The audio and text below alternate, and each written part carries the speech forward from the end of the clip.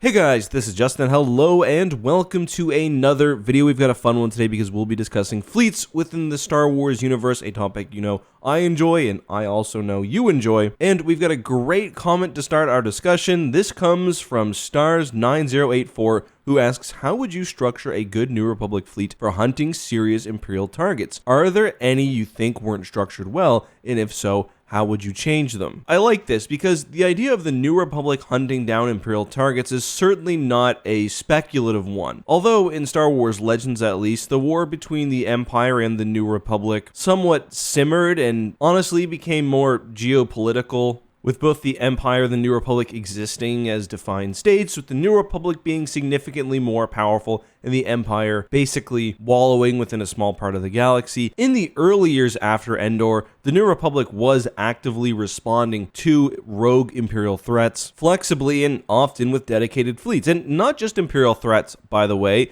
We know that the New Republic dispatched military forces out to Bakura and beyond after the Cyruvi invasion. And of course, the 5th Fleet had encounters with the Evathans, which we'll probably talk about later. Canon also has some interesting examples of Imperial fleet hunters. We're going to talk less about that for today's video, but if you'd like to do further reading, I highly recommend the Alphabet Squadron trilogy. In Book 1, Alphabet Squadron is attached to the Lodestar, which is an Acclamator class cruiser, refitted for fighter carrying. Pretty compelling story there, but they were hunting smaller Imperial targets. Later, they get moved to an Imperial Star Destroyer. But let's talk actual fleet composition. And one of my favorite New Republic fleets was actually designed specifically for this purpose. Solo Command. This was a task force designed specifically to hunt down Warlord Zinj about 3 years after the Battle of Endor, where the New Republic was starting to grow its power, but still without the massively powerful warships they'd later be able to produce as they transitioned more from rebels to a full-fledged government. And we'll detail this in a second, but just as a point of comparison, the later New Republic had significantly more military assets and more powerful ships. We can look at, for example, the New Republic's response to the Imperial Arinda campaign and later battles. There, the New Republic was able to meet the might of the Empire directly with a captured Super Star Destroyer, the Lusankya, as well as advanced supporting vessels, including presumably elements of the 5th Fleet. After that point, the New Republic developed even larger and more powerful vessels like the Mediator and later the Viscount, which could counter powerful threats directly with technological superiority. But going back to Solo Command, the New Republic then did not have the same technological or shipbuilding advantages, so we see a fleet which more closely approximates the tactics used by the Rebel Alliance. So, Solo Command was built into 3 groups. The first was led by Solo Command's flagship, the Mon Ramonda, an MC-80B cruiser. It was supported by Mon Caron, an MC-80, a Nebulon B-class frigate, and a Marauder corvette. Most importantly, however, attached to even this element of the fleet were 9 squadrons of starfighters comprised of X-Wings, A-Wings, B-Wings, and Y-Wings. Group 2 was made up of Skyhook, a captured Imperial II Star Destroyer, which had 6 squadrons of TIEs, an MC-80 cruiser with 3 more squadrons, a Quasar-class carrier with 4 squadrons, and a Nebulon B medical frigate. Group 3 had 2 further captured Imperial Star Destroyers with a combined 12 squadrons of fighters, a Nebulon B frigate with 2 more squadrons attached, and a Corellian corvette. Additionally, attached to Solo Command, later after negotiations with the Empire, and yes, the Empire was helping the New Republic hunt down Warlord Zinj, was Stellar Web, which was an Imperial interdictor cruiser.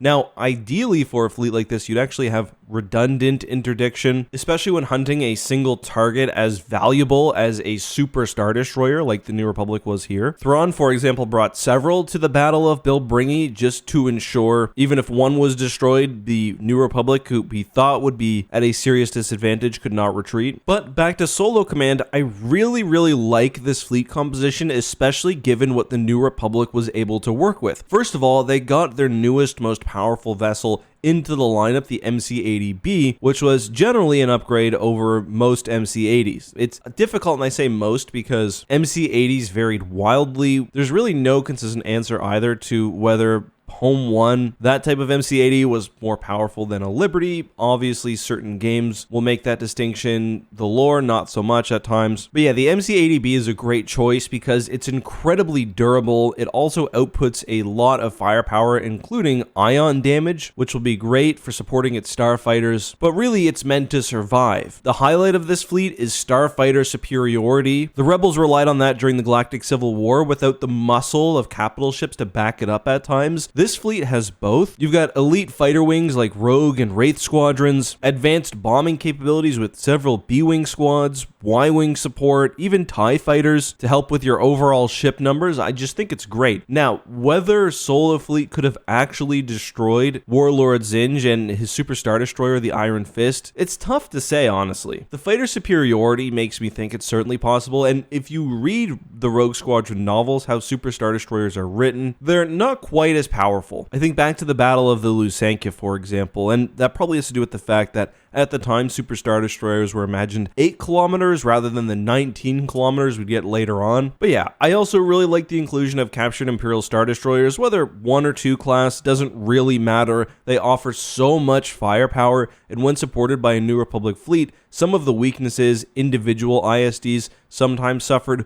will just disappear. There's really only a couple things I would change. For one, if you're designing a fleet meant to hunt down Imperial assets, I think you want more support in logistics vessels. Like, you've got the better part of 500 starfighters here. Maybe just with the size of the ISTs in the MC-80s, you've got enough hangar space and spare parts to fix everything. Plus, of course, keep the crew well fed and supported, but maybe not. If you are hunting the Empire, you can more reliably dictate the terms of battle, so why not take a few supply vessels with you? There are other support ships as well you'd probably want to see involved. The 5th Fleet really intelligently used snoops and scout vessels. I think these should definitely be dedicated elements within your task force. Reconnaissance Y-Wings will only take you so far. Also, I wouldn't mind a bit more varied firepower. I think the Assault Frigate is a pretty neat New Republic ship. Their modified dreadnoughts, given a bit more agility and speed, I think packs of them can work really well together. You know, Thrawn showed the power of dreadnoughts, especially when combined with interdictors to perform precise hyperspace jumps. I can imagine 3 to 4 assault frigates coming in unexpectedly on an enemy's flank, whether through hyperspace or simply the better speeds of the vessel, to really cause some damage. I also really like Nebulon Bs, and I think it's a good idea to attach a couple more to each group. They're just so versatile. If your starfighters are trying to hunt and kill an enemy capital ship, you do leave yourself open to counterattacks. The Nebulon B is a versatile screening vessel, which itself provides offensive output with turbo lasers and missile launchers, and can carry more starfighters in its own right as well. Alright, I was going to talk a bit about the 5th Fleet after this because it was another example of the New Republic creating a task force meant specifically to operate outside of its own space. The 5th Fleet was created when the other 4 New Republic fleets basically moved to defensive and patrol duties. It was created entirely of new class ships, which according to Kraken's threat dossier,